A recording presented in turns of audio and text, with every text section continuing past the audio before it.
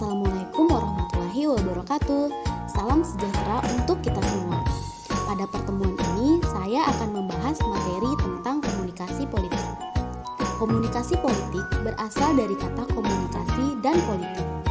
Istilah komunikasi atau communication berasal dari kata Latin communis yang berarti sama. Jadi, jika kita sering mendengar kata komunis, maka sebenarnya artinya adalah sama. Dari kata ini, kemudian muncullah kata communicare yang berarti membuat sama atau to make common. Apa yang dimaksud dengan membuat sama? Nah, di dalam proses komunikasi, inti dari komunikasi ialah adanya persepsi atau makna yang sama antara komunikator dan komunikan. Jadi, jika seorang komunikator menyampaikan pesan, lalu pesannya dimaknai sama oleh komunikan atau halayak, maka komunikasinya berlangsung secara mampus atau efektif. Ini berlaku untuk semua bidang komunikasi, termasuk komunikasi politik. Misalnya, saat presiden menyampaikan sebuah pesan kemudian dipahami secara sama oleh halayak dan masyarakat luas, maka komunikasi presiden berlangsung secara efektif. Selanjutnya, pengertian politik. Istilah politik bersumber dari kata polis dari bahasa Yunani yang berarti kota atau negara kota. Dari situ ada kata turunannya, misalnya polits yang artinya warga negara.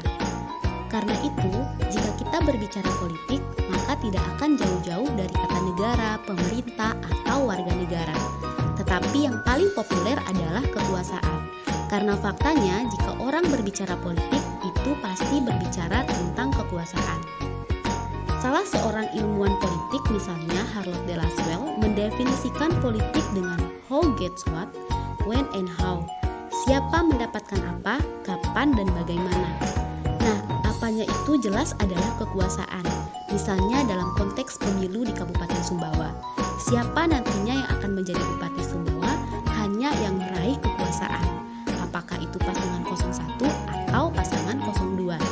Kapan? Nanti pemilihannya di bulan Desember. Bagaimana caranya? Ialah dengan pemilu itu sendiri. Nah, apa ada perebutan kekuasaan tanpa pemilu? Jelas ada.